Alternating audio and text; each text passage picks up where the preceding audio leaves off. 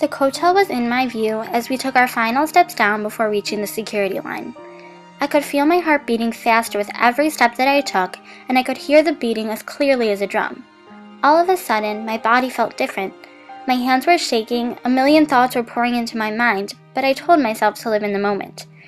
We made our way through security, and there, right in front of our faces, was the culmination of our Jewish religion. It hit me that this was the soil on which my ancestors had once stood, and now I had the privilege of following in their footsteps. I could feel myself trembling as we walked to our meeting place. I tried to remain calm, but more and more thoughts kept crossing my mind. We then stopped in the courtyard of the Western Wall under the Israeli flag and were given directions. Rabbi Berger's stern voice was suddenly heard, bringing me back to reality. "Be back here in 40 minutes, he exclaimed. After hearing those words, I returned to a state of astonishment. I began walking to the women's side, where I was surprised to see the commotion that surrounded me. I could barely take one step without having to push someone out of the way. The area was filled with distractions, however the only thing that I was focused on was a light-colored stone wall that stood in front of me.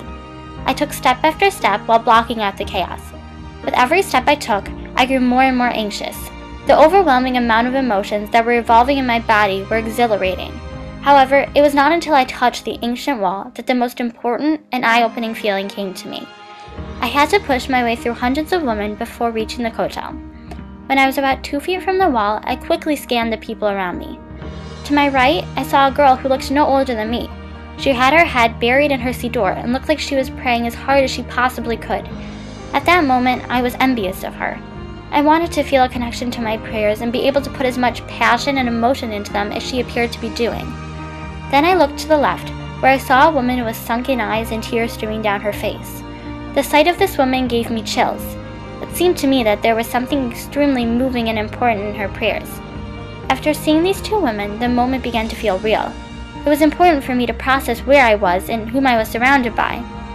Just seconds later, the woman in front of me moved, and it was my turn to experience the kotel. I paused for just a millisecond to catch my breath before looking up to see the sight of a life-changing experience. I looked up to find the Western Wall filled with millions of notes stuffed in the creases. I slowly lifted my arm from the side of my body and placed one finger on the wall.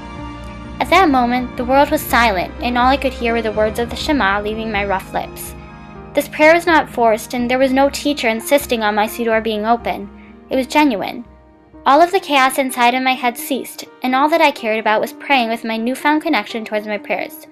There was no more searching or wondering. It was there. The pure feeling was there.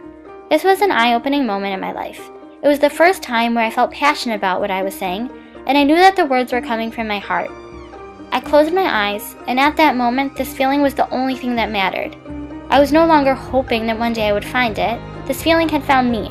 Within a few seconds, my outlook on Judaism had been completely altered.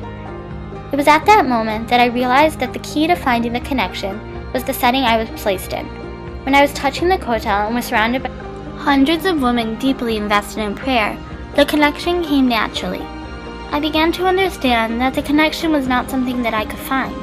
However, when the surroundings were right and my mind was at ease, it found me.